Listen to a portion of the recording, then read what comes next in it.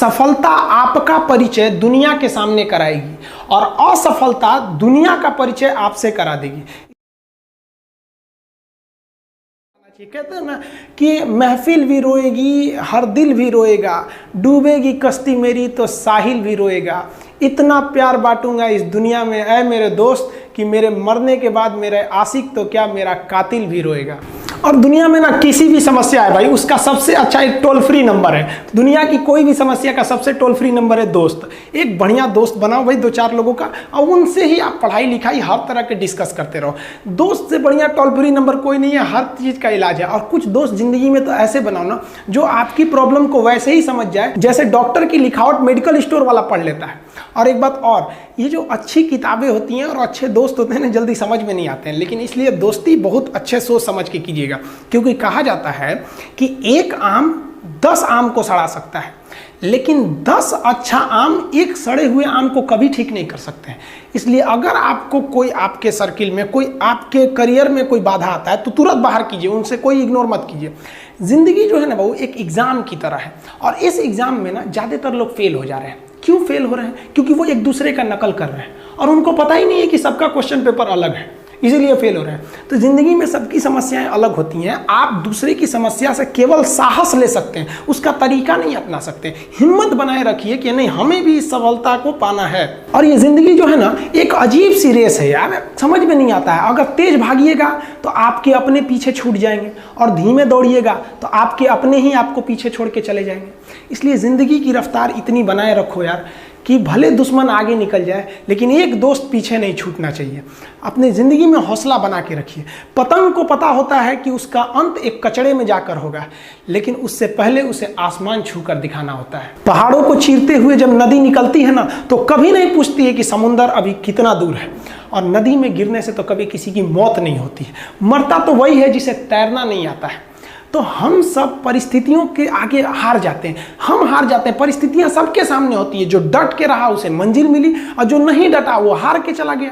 जब हमारे पास परिस्थितियां आती हैं, हम घिर जाते हैं चारों ओर से, तो हम परिस्थितियों को दोष देने लगते हैं, न कि उस परिस्थितियों से निकलते हैं। कोई मस्जिद जाता है, कोई मंदिर जाता है, कभी सोचा है भगवान को कितना बुरा लगता होगा? सोचते होंगे कि बंदा केवल हमसे मांगने ही आता है, यार कभी मिलने भी आया करो। हमको तो लगता है किसी दिन भगवान निकल के बोलेंगे कि यार केवल तुम लोग हमसे मांगने ही आते हो, कभी मिलने भी आया करो। तो भगवान से या अल्लाह से सबसे एक दुआ मांगिए कि आप हमको मुसीबत देना है, आप दीजिए। आप जिस तरह से हमें खुशी देते हैं उसी तरह से हम आपके दिए गए दुखों को भी अपनाएंगे, लेकिन हाँ, उस दुख से लड़ने की हिम्मत भी जरूर दीजिएगा। और सबको अपने अपने कर्मों का पता होता है, यूं ही गंगा किनारे इतनी भीड़ नहीं लगी रहती। देखिए जिंदगी में आपसे भी कुछ गलतियां होंगी, और गलती किससे होती है? जो काम करता है, मेहनत करने वालों से ही तो गलतियां होती है। निकम्मों की तो पूरी जिंदगी निकल जाती है दूसरों में कमी ढूंढते ढूंढते। देखिए सफलता और असफलता में थोड़ा सा का अंतर है। सफलता आपका परिचय दुनिया के सामने कराएगी और असफलता दुनिया का परिचय आपसे करा देगी। इसलिए सफल जरूर होइए। देखिए 97% लोग जो है ना वो थक के किसी काम को छोड़ देते हैं, और जिंदगी भर उन 3% लोगों के लिए काम करने लगते हैं जो कभी भी हार नहीं मानते हैं। मेहनत बता देता है कि परिणाम कैसे मिलेगा, वरना परिणाम तो बताता ही है कि आपका मेहनत कैसा था। कुछ लोगों को लगता है कि उनके पिताजी बहुत पहुंच वाले हैं, दादाजी बहुत पहुंच वाले हैं, तो उनकी बदौलत हमें कोई काम मिल जाएगा, कोई जॉब मिल जाएगा। तो कोई ये बहुत बड़ी बात नहीं है। पहचान से मिला काम बहुत देर तक नहीं रहती है, लेकिन काम से मिलने वाली पहचान आजीवन रहती है। हम स्टूडेंट्स को कहना चाहेंगे, आजकल स्टूडेंट्स को पता नहीं क्या हो गया है ना, सोचना लड़की के पीछे पगलाया है, कहता है कि लव हो गया। भाई दुनिया में लव नहीं होता है किसी से, ये एक अट्रैक्शन है सबको। मान लीजिए मेल है तो उसे फीमेल से होगा, फीमेल से है तो उसे मेल से होगा। तो कोई कैसे कहेगा कि हम तुम्हारी ओर अट्रैक्ट हो रहे हैं? तो उसको छुपाने के लिए कहता है हमको लव हो गया। भैया लव अब नहीं हो गया। अगर आपसे कोई कहता है ना कि आपको वो आपसे ट्रू लव करता है, तो उससे कहिएगा कि हमको अभी मेरा किडनी खराब हो गया, 1 लाख रुपए की ज़रूरत है, नहीं देगा। लेकिन आप अपने माता पिता से कहिएगा कि हमको 1 लाख की ज़रूरत है, और रियल में भी अगर हो जाएगा तो वो अपना शरीर बेच देंगे आपके लिए, लेकिन वो नहीं बेचेंगे। ये होता है लव। लेकिन लोग अट्रैक्शन को लव कहते हैं, उसके लिए पूरी ज़िंदगी बर्बाद कर देते हैं। ये सब बाबू गलत चीज़ है। जो आप अपना देखिए, आप अपना करियर छोड़ के अगर इस सब चीज़ में जाइएगा तो पूरी लाइफ बर्बाद हो जाएगी। आप जो रिश्ता खोजते हैं अपना कॉलेज में, कोचिंग में, ये सब परमानेंट रिश्ते नहीं हो सकते हैं। हाँ, अगर आप गर्लफ्रेंड से शादी करेंगे तो ये आपके लिए बेस्ट लड़की होगी। लेकिन माँ बाप जो ढूंढ के लाएंगे, जो भगवान आपके लिए बनाया है, वो लड़की आपके लिए यूनिक होगी। If you will best you will number one, and if you will unique you will only one. तो याद रखिएगा, जो भगवान आपको बना के जोड़ता है ना, वो रिश्ता सबसे अच्छा होता है। अपने माँ बाप को देखिए ना, क्या झगड़े नहीं हुए, लेकिन आज भी वो लोग एक साथ रहते हैं। लेकिन फिर भी आप देखिए आजकल के जो वेस्टर्न कल्चर आ गया, क्या वेस्टर्न कल्चर हो गया समझ में नहीं आता है।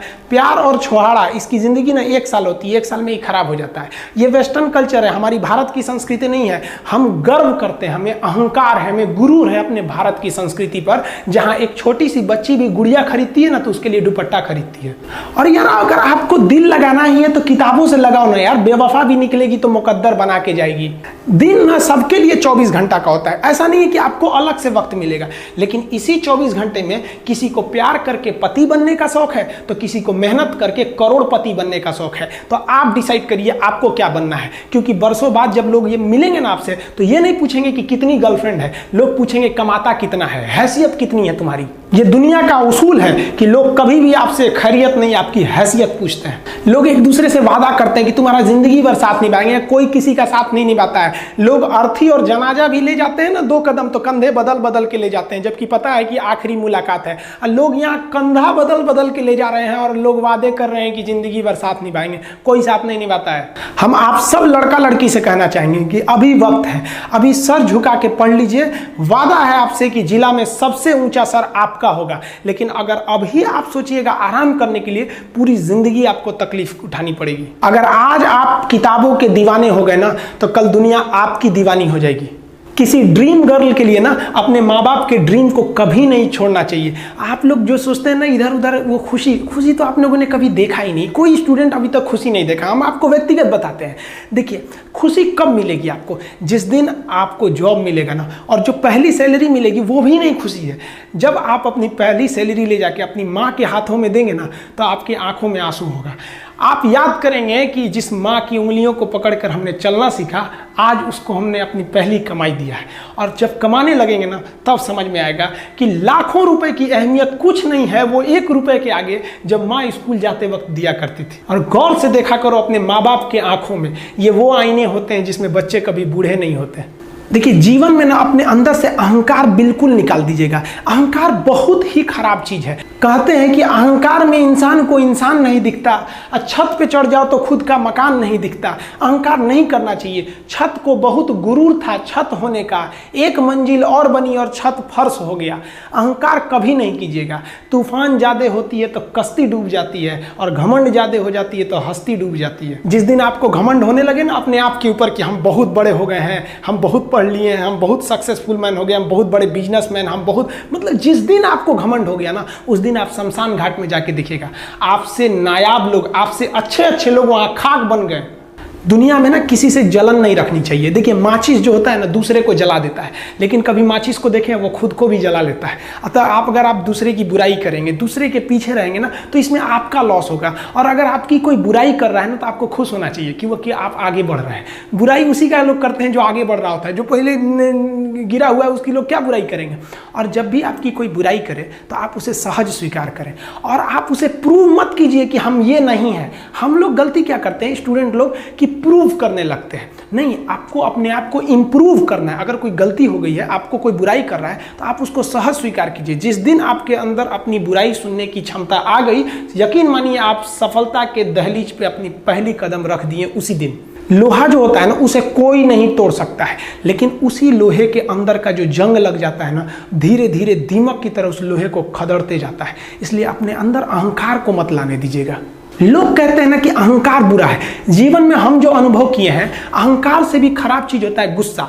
देखिए अहंकार उत्पन्न ही नहीं होगा जब तक आपको गुस्सा नहीं आए। आप ऐसे नॉर्मल बैठे हैं और आप किसी से कहिएगा कि तुम्हारी क्या औकात है, जब तक आपको गुस्सा ना आए। तो अहंकार एक पेड़ है और गुस्सा उस पेड़ का जड़ है। इसलिए गुस्सा जिस दिन आया उस दिन आप बर्बाद हो जाएंगे। किसी भी व्यक्ति को बर्बाद कराने के लिए सबसे जरूरी है गुस्सा दिलाना।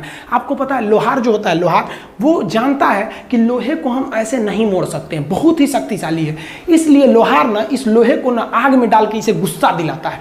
जब ये गुस्से से लाल हो जाता है ना, तो जहां गुस्सा आया आप अपनी ताकत खो देते हैं, और ये लोहा अपनी ताकत खो देता है और एक मामूली हथौड़े के चोट से लोहा मुड़ जाता है। तो जिस दिन आपको गुस्सा आ गया, समझ जाइए कि आप अपनी ताकत खो रहे हैं। जब हम जन्म लेते हैं तो जन्म से ही हमारी जीभ रहती है और मरने तक हमारे साथ जीभ रहती है, क्योंकि वो बहुत ही नरम रहती है, उसे गुस्सा वो बहुत हार्ड नहीं होती है। लेकिन जन्म लेने के बाद दांत आता है और दांत काफ़ी कड़ा होता है और मरने से पहले ही दांत चला जाता है। यानी अगर आप नरम रहेंगे तो काफ़ी लंबे समय तक रहेंगे, और जहाँ हार्ड होंगे आप वहीं आपका पतन चालू हो जाएगा। इंसान 3 साल में बोलना सीख जाता है, लेकिन उसे क्या बोलना है ये सीखने में उसे पूरी जीवन लग जाती है। शब्दों का इस्तेमाल बड़ा सोच समझ के कीजिएगा, ये आपके माँ बाप के दिए गए परवरिश का एक सबूत होता है। अतः आप अगर किसी से अपशब्द बात करते हैं तो सभ्य व्यक्ति आपको नहीं कोसेगा, बल्कि आपके माँ बाप को कहेगा कि इसे संस्कार नहीं सिखाया। ये शब्द जो होते हैं हमारी परवरिश का परिचय करा देते हैं। शब्द का इस्तेमाल भोजन की तरह करना चाहिए। जिस तरह से भोजन को बनाने के बाद थोड़ा सा चख लिया जाता है, उसी तरह शब्द को दूसरे के सामने बोलने से पहले एक बार जरूर चख लीजिएगा।